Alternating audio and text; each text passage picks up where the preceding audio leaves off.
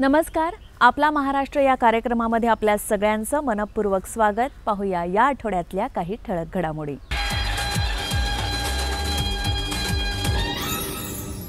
पुण्यातील COEP तंत्रज्ञान विद्यापीठामध्ये केंद्रीय शिक्षण मंत्री धर्मेंद्र प्रधान यांच्या शुभ हस्ते बूट कॅम्पचं उद्घाटन करण्यात आलं.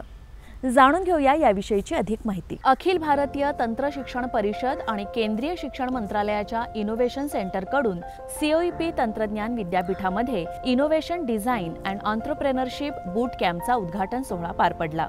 यावेळी झालेल्या कार्यक्रमात केंद्रीय शिक्षण मंत्री धर्मेंद्र प्रधान, राज्याचे उच्च व तंत्र शिक्षण मंत्री चंद्रकांत पाटील, AICTEचे अध्यक्ष डॉक्टर TG सीताराम, नियामक मंडळाचे अध्यक्ष डॉक्टर प्रमोद चौधरी, NAACचे अध्यक्ष डॉक्टर अनिल सहस्त्रबुद्धे, केंद्रीय उच्च शिक्षण सचिव K संजय मूर्ती आदी मान्यवर व्यासपीठावर उपस्थित होते. यावेळी मान्यवरांचे सत्कार करण्यात आले.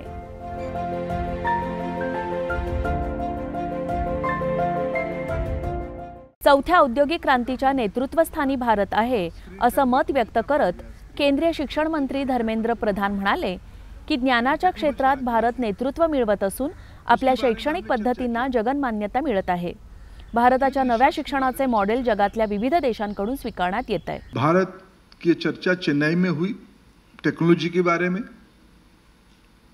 अमृतसर में उसके बाद रिसर्च के बारे में चर्चा हुई, भुवनेश्वर में फ्यूचर मैप के बारे स्किल मैप के बारे में चर्चा हुई और पुणे में FLN के बारे में चर्चा हुई. भारत सरकार की नई शिक्षा नीति के तहत जो प्रारंभिक 5 साल की बच्चे हैं, आयु 3 से लेकर 8 तक, बाल बाटिका 1, 2, 3 और क्लास 1 और 2 के लिए इस वर्ग को हमने निपुण कहा है.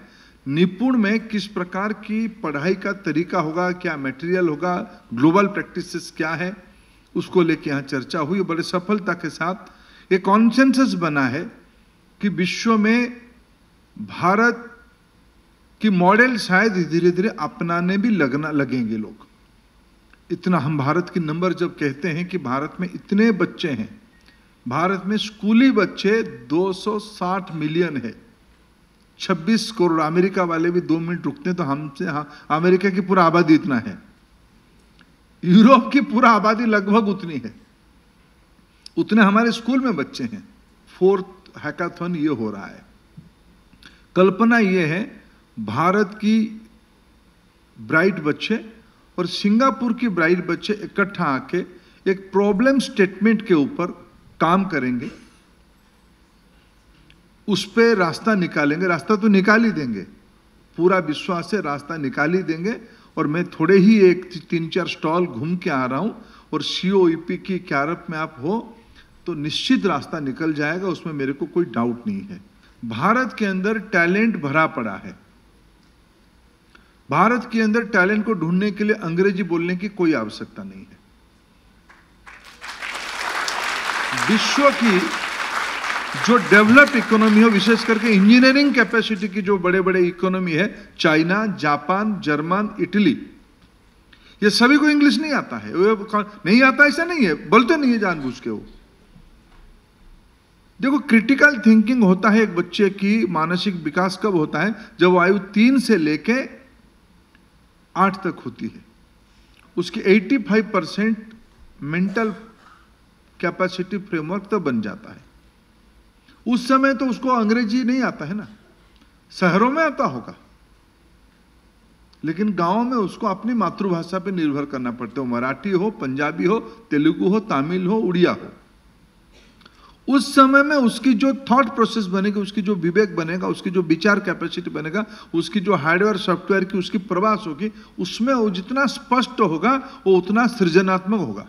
पिछले दिनों में हमने जैसे जैसी स्थिति में भी चले उसको इतिहास मानते हैं, लेकिन अभी से मैं आज G20 में आके जितना कॉन्फिडेंस मेरा है कि इंडियन मॉडल एक ग्लोबल एक्सेप्टेंस की ओर जा रही है। भारत की एफएलएन कैसे हो रहा है, भारत की रिसर्च कोलैबोरेशन करने के लिए दुनिया की कोई यूनिवर्सिटी नहीं है जो आतुर नहीं है। सावित्रीबाई फुले यूनिवर्सिटी की कैंपस हम बाहर ले जाने वाले हैं, बाहरीन जाएगा सावित्रीबाई फुले की कैंपस। आईआईटी बॉम्बे अफ्रीका की ओर जा रहा है, आईआईटी दिल्ली यूएई जा रहा है। कंपटीशन लगा है अभी भारत के इंस्टीट्यूशंस की कैपेसिटी को देखते हुए।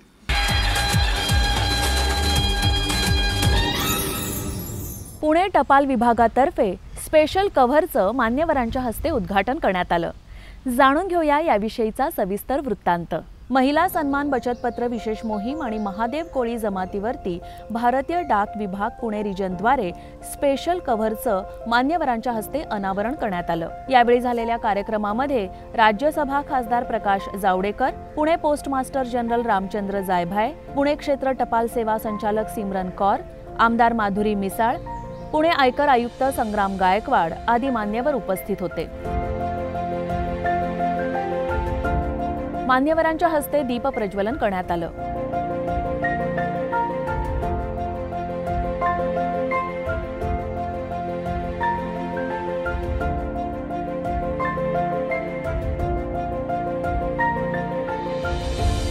राज्यसभा खासदार प्रकाश जावडेकर यांचा सत्कार करण्यात आला।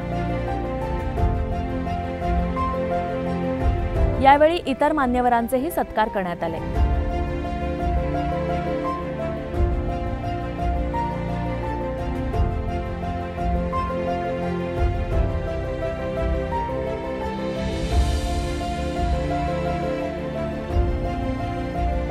डॉक्टर अभिजित इचके यांनी कार्यक्रमाचं प्रास्ताविक केलं। पुढे बोलताना देशातल्या महिलांची आर्थिक समृद्धी करण्यासाठी भारत सरकारने महिला सन्मान बचत पत्र योजना सुरू केली। या योजनेविषयी अधिक माहिती दिली। ह्याच्यामध्ये केंद्रीय पातळीवरती म्हणजे पूर्ण देशाला अफेक्ट करणार अशा लेवलवरती तुम्ही एक ठसा उमटवला। यावेळी मान्यवरांच्या हस्ते महिला सन्मान बचत पत्र विशेष मोहीम आणि महादेव कोळी आदिवासी समूह भारतीय टपाल विभाग पुणे क्षेत्रद्वारे विशेष आवरण अर्थात पाकिटाचं अनावरण करण्यात आलं। यावेळी बोलताना आमदार माधुरी मिसाळ म्हणाल्या, आणि जिथे भावनिक गुंतवणूक असते तिथेच आर्थिक गुंतवणूक होते आणि त्यामुळे महिलांनी पोस्ट खातं हे विश्वासाचं प्रतीक आहे। विश्वास आहे म्हणजे कोणी पण नवीन पतपेढीत नवीन बँक उघडली तर कोणी महिला तिथे पैसे ठेवायला जाणार नाही, पण पोस्टाचं नाव आलं तर त्या विश्वासाने ती महिला तुम्हाला पैसे देणार आहे आणि म्हणूनच ही योजना अतिशय चांगली योजना काढली। या प्रसंगी काही निवडक महिलांना खासदार प्रकाश जावडेकर यांच्या हस्ते बचत पत्र देण्यात आलं।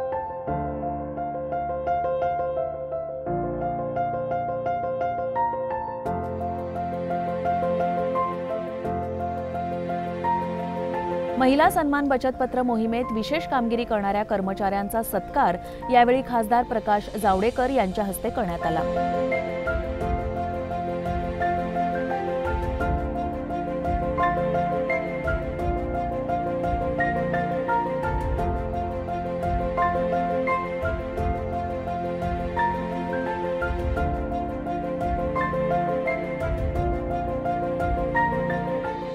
यावेळी बोलताना पुणे रिजनच्या डाक सेवा निदेशिका सिमरन कौर यांनी विशेष कामगिरी केलेल्या कर्मचाऱ्यांचं कौतुक केलं आणि जास्तीत जास्त महिलांना या योजनेत सहभागी करून घेण्याचं आवाहन केलं। भारतीय डाक हमेशा ही आप जितने भी हमारे कस्टमर्स हैं उनकी रिक्वायरमेंट्स को ध्यान में रखते हुए हमेशा ही अपने आप को ट्रांसफॉर्म करता रहता है।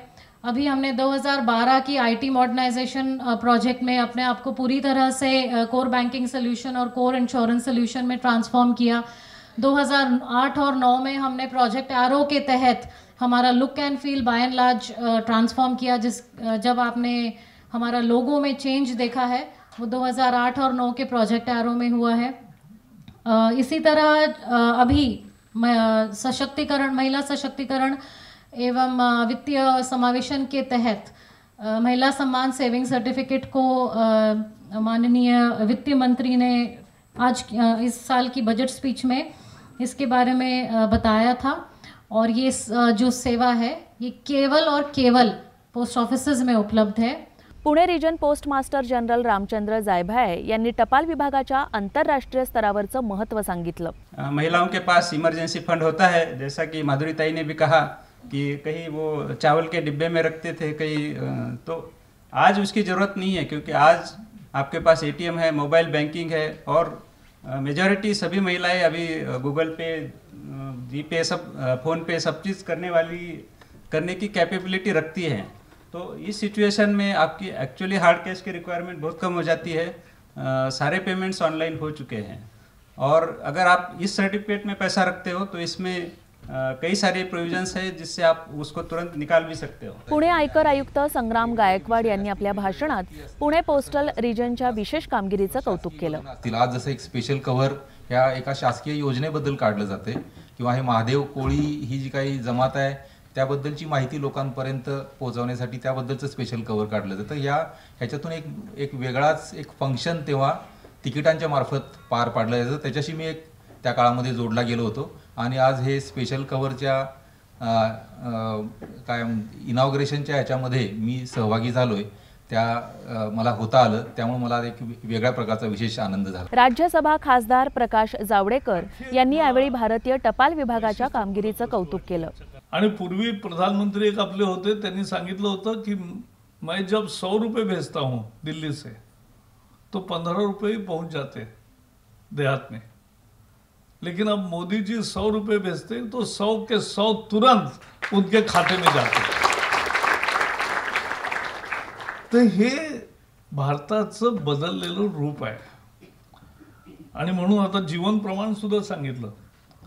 अहो पेन्शनर्सना दर नोव्हेंबर महिन्यामध्ये आपल्या ज्या ब्रँचमध्ये खाता असेल तिथेच यावं लागायचं आणि तिथे यावं लागायचं म्हणजे अमेरिकेत कोणी मुलाकडे गेला असला तरी त्याला तिथून येऊन त्या नोव्हेंबर महिन्यामध्ये भेटावं लागायचं बँकेत, कारण तुम्ही दाखवल्याशिवाय जिवंत आहात याचा पुरावा नाही दुसरा। पण आता घरात बसून कॉम्प्युटरवर जाऊन तुम्हाला जीवन प्रमाण मिळू शकतं आणि कोट्यावधी लोक आता घेत आहेत, तेव्हा आपला देश बदलतोय आणि खूप संधी निर्माण होणार आहे। अखिल म्हसोबा उत्सव मंडई ट्रस्टतर्फे म्हसोबा उत्सव विविध कार्यक्रमांनी मोठ्या जल्लोषात साजरा करण्यात आला। पाहूया या उत्सवाची काही क्षणचित्र। पुण्यामध्ये 144 वर्षांपासूनचे हे म्हसोबा देवस्थान मंदिर आहे। केवळ श्रद्धेपोटी दरवर्षी हा उत्सव मोठ्या दिमाखात साजरा केला जातो। 5 दिवस चालणाऱ्या या महोत्सवात दीप अमावस्येनिमित्त 1000 दिव्यांची आरास करण्यात आली होती। या कार्यक्रमाला कालीचरण महाराज यांची विशेष उपस्थिती होती। संस्थेचे उपाध्यक्ष निवृत्ती जाधव उत्सवाविषयी बोलताना म्हणाले, प्रत्यक्षामध्ये समाजाला खरंच काहीतरी देऊन आपण समाजाप्रती जे आपलं ऋण आहे ते फेडण्याचं काम या संस्थेच्या माध्यमातून करतो। सुरुवातीला देवाचे सर्व धार्मिक विधी आपण 5 दिवस करतच असतो, परंतु रोज एक सामाजिक उपक्रम राबवून आपण सामाजिक बांधिलकीचं भान या उत्सवाच्या माध्यमातून जपलेलं आहे। आखाड महिना असं या महिन्याला संबोधलं जातं, परंतु हा आखाड महिना नाही तर हा आषाढ महिना आहे आणि जी या महिन्यामध्ये महिन्याच्या शेवटाला जी अमावस्या येते ती गटारी अमावस्या नसून ती दीप अमावस्या आहे। याचं महत्त्व नागरिकांना कळावं, या दीप अमावस्याचं महत्त्व कळावं आणि आपण ज्यावेळेला हे नवीन फॅड चालू केले आखाड म्हणून आणि या अमावस्याला दारू पिऊन धिंगाणा घालणं याच्यापेक्षा त्या दिव्यांचं पूजन करून दिव्याचं महत्त्व आपल्या घरामध्ये लोकांना आपल्या लहान मुलांना कळावं, कारण की आपण जर आपली संस्कृती आपल्या मुलांना दाखवली नाही तर पुढचं कल्चर ते कसं फॉलो करणार। अशा अनुषंगानं आपण मंडई म्हसोबा मंदिरासमोर 1000 दिव्यांचा दीपोत्सव साजरा केला। या उत्सवाच्या समारोप प्रसंगी पुणे जिल्हा व शहर उत्कृष्ट महिला बचत गट स्पर्धा, पारितोषिक वितरण आणि भूषण पुरस्कार वितरण मान्यवरांच्या हस्ते करण्यात आले। या कार्यक्रमाला ज्येष्ठ समाजसेवक बाबा आढव, ज्येष्ठ साहित्यिक रामदास फुटाणे, संस्थेचे अध्यक्ष राहुल सूर्यवंशी, संस्थेचे उपाध्यक्ष निवृत्ती जाधव, अभिनेत्री प्रिया बेर्डे, प्रकाश देवळे, सौरभ गाडगीळ, युवराज धमाले, संजय औटे, संगीतकार कौशल इनामदार, बचत गटांच्या प्रमुख सारिका निंबाळकर, ॲडव्होकेट सुषमा अंधारे, ज्ञानदा रामतीर्थकर आदी मान्यवर उपस्थित होते। यावेळी मान्यवरांचे सत्कार करण्यात आले।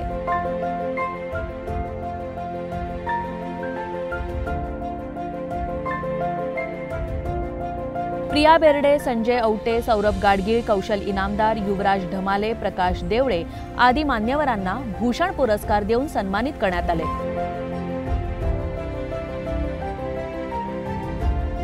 उत्कृष्ट महिला बचत गटाचं पारितोषिक वितरणही यावेळी करण्यात आलं.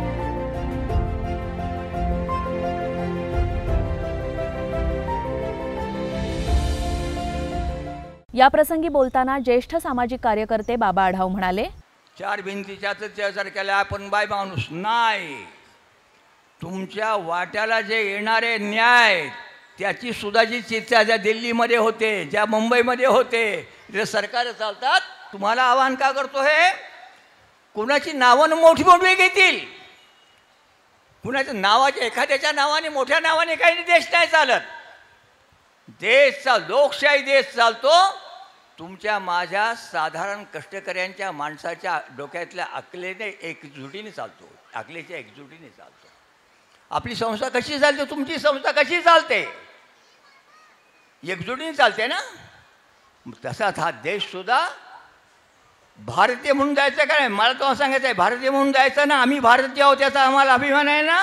ज्येष्ठ साहित्यिक रामदास फुटाणे उपस्थितांशी संवाद साधत म्हणाले, तेव्हा आपला ईश्वर आपण शोधायचा.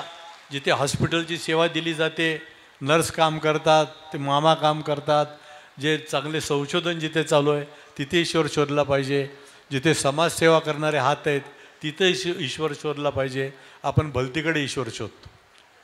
ईश्वराने कुठलीही जात आणि धर्म निर्माण केलेला नाही. जात आणि धर्म हे मानवनिर्मित आहेत. ईश्वराने फक्त ही सृष्टी निर्माण केलेली. तेव्हा त्या सृष्टीपुढे, ईश्वरापुढे आपण नतमस्तक होऊ. पण आपल्या डोक्यातली जात आणि धर्म जोपर्यंत आपण काढत नाही, आपला कुठलाही विकास होणं शक्य नाही आहे. अभिनेत्री प्रिया बेर्डे पुरस्काराला उत्तर देत म्हणाल्या, 40 वर्ष मी या इंडस्ट्रीशी निगडीत आहे आणि कलाक्षेत्र म्हटलं की ग्लॅमर, पैसा, प्रसिद्धी या गोष्टी ओघाने येतात. पण याच्या पाठीमागे मेहनत, कष्ट, व्यक्तिगत आयुष्यातले चढउतार ह्या सगळ्या गोष्टींना बगल देत आम्ही तुमच्यासाठी मनोरंजन करत असतो. आणि अशा वेळी जेव्हा तुमच्या पसंतीची पावती, तुमच्या कौतुकाची शाबासकी आमच्या पाठीवर पडते, थाप पडते, तेव्हा उत्साह आणि उमेद जास्त वाढतो. ॲडव्होकेट सुषमा अंधारे महिला सक्षमीकरणाबद्दल बोलताना म्हणाल्या, आपले मानपण जरा आपण कमी करूया का, आपल्यातले हेवे दावे जरा आपण कमी करूया का. हृदयीचे ती हृदयी बोलताना आपण एकमेकींचे दोष जरी दाखवायचे असतील तर ते जरा दाखवताना समोरची बाई दुखावली जाणार नाही याची जरा काळजी घेऊन आपण बोलूया का. संजय औटे पुरस्काराला उत्तर देत म्हणाले, डॉक्टर बाबासाहेब आंबेडकरांनी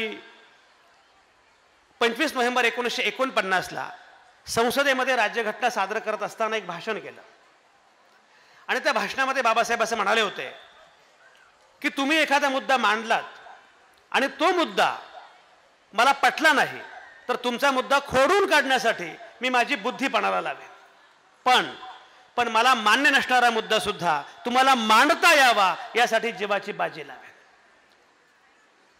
बाबासाहेब पुढे असं म्हणाले, तुका म्हणे हो या स्वतःशी संवाद, आपलाची वाद आपणाशी. तुम्हाला मान्य असो किंवा नसो, पण प्रत्येकाला आपला मुद्दा मांडता आला पाहिजे. संस्थेचे अध्यक्ष राहुल सूर्यवंशी संस्थेच्या कार्याविषयी बोलताना म्हणाले, गेले 12 वर्षापासून आम्ही पुणे शहर उत्कृष्ट महिला बचत गट स्पर्धेचं आयोजन केलेलं आहे. याच्यामध्ये अनेक महिला बचत गट सहभागी होतात. साधारणतः त्यांचा 200 ते 250 बचत गट यामध्ये सहभागी होतात आणि एका बचत गटामध्ये साधारणतः 20 महिला असतात. अशा अनेक महिला या स्पर्धेमध्ये सामील होतात. त्या स्पर्धेचं असं आयोजन आहे की बचत गटांनी केलेले वर्षभर कामाचा आढावा असतो. त्याची आम्ही काही प्रश्नरूपी फाईल बनवून त्याचं परीक्षण होऊन त्याच्यावरती क्रमांक काढलेले जातात. सर्व महिला स्वतःच्या वैयक्तिक बँकेचं लोन घेऊन वैयक्तिक बिझनेस चालू आहे आमच्या गटातील बऱ्याच महिलांचे. जो आज आम्ही कलर परिधान केलेला आहे गुलाबी कलर, तर गुलाबी कलर हा सामान्यतः प्रेमाचं प्रतीक असतो आणि आम्ही प्रेम आणि स्नेह ही भावना राखून जे काही उद्दिष्ट आम्हाला पार करायचे त्यासाठी आम्ही प्रयत्न राहतो. माझ्या महिला वेळोवेळी काम करतात. महानगरपालिकेतलं जेव्हा जेव्हा टेंडर मिळेल तेव्हा तेव्हा आम्ही फाईल पुरवतो किंवा इथं स्टेशनरी पण असते सगळी. त्यामुळे आता आमचा व्यवसाय पण वाढत गेलेला आहे.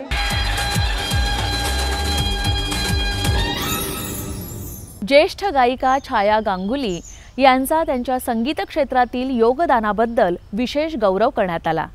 पाहूया या कार्यक्रमाची एक झलक। यावेळी झालेल्या कार्यक्रमात ज्येष्ठ गायिका छाया गांगुली, संगीत नाटक अकादमीचे माजी अध्यक्ष शेखर सेन, ज्येष्ठ बासरीवादक नित्यानंद हळदीपूर, लेखक डॉक्टर सुनील शास्त्री, चित्रपट संगीताचे अभ्यासक स्वप्नील पोरे, संयोजक शिरीष चिटणीस, प्रतीक प्रकाशनचे प्रवीण जोशी आदी मान्यवर उपस्थित होते। कार्यक्रमाचे संयोजक शिरीष चिटणीस यांनी कार्यक्रमाचं प्रास्ताविक केलं की विविध भारतीवर नुसते कार्यक्रम केले नाही तर त्या रागाच्या संदर्भात माहिती देणं, त्याच्यावर श्रोत्यांशी चर्चा करणं, लोकांना राग समजावून सांगणं, त्या रागामध्ये कुठल्या कुठल्या चित्रपटात गाणी आहेत ते सांगणं, हे जे संगीत सरिताच्या दृष्टीने कार्यक्रम केले हे अतिशय महत्त्वाचे आहेत। त्याचबरोबर त्यांना दूरदर्शनच्या विपणन विभागात काम करत असताना डायरेक्टर जनरल स्पेशल अवॉर्ड त्यांना मिळालेला आहे। यावेळी मान्यवरांचे सत्कार करण्यात आले।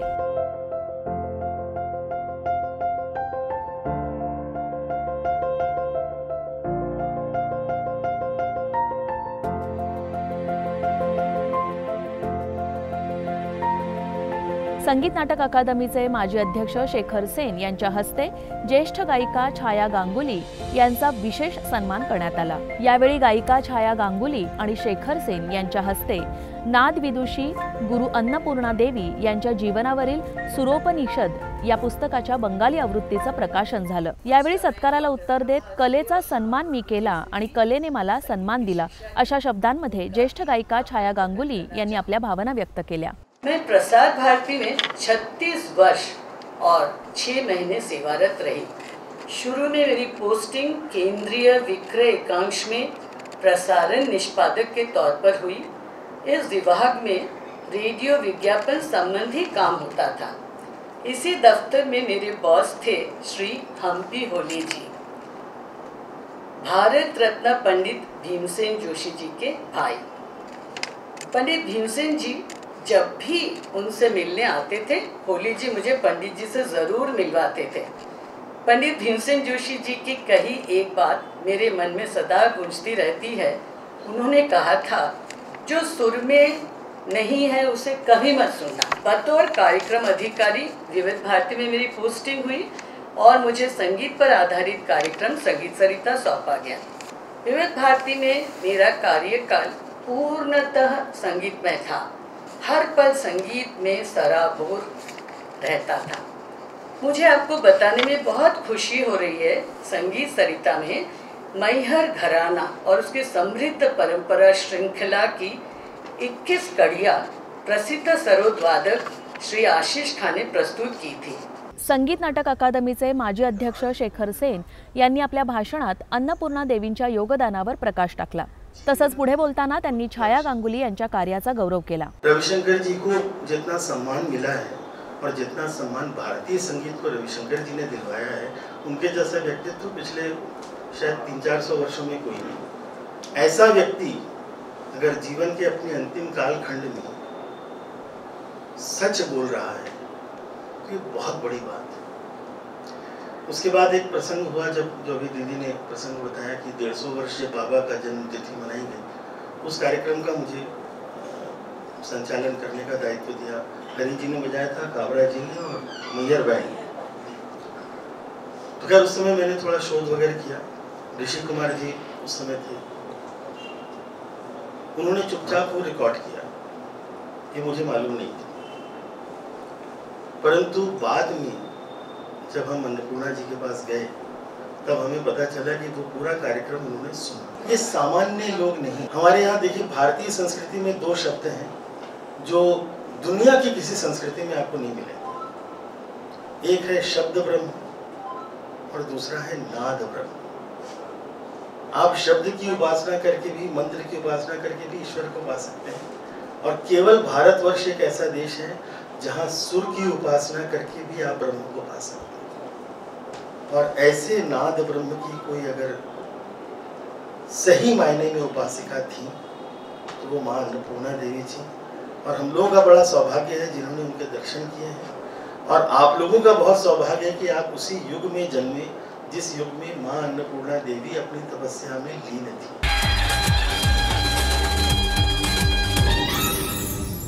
याबरोबरच आपला महाराष्ट्र हा कार्यक्रम इथेच संपन्न होतोय. पुन्हा भेटूया पुढच्या आठवड्यात याच दिवशी याच वेळी. तोपर्यंत धन्यवाद.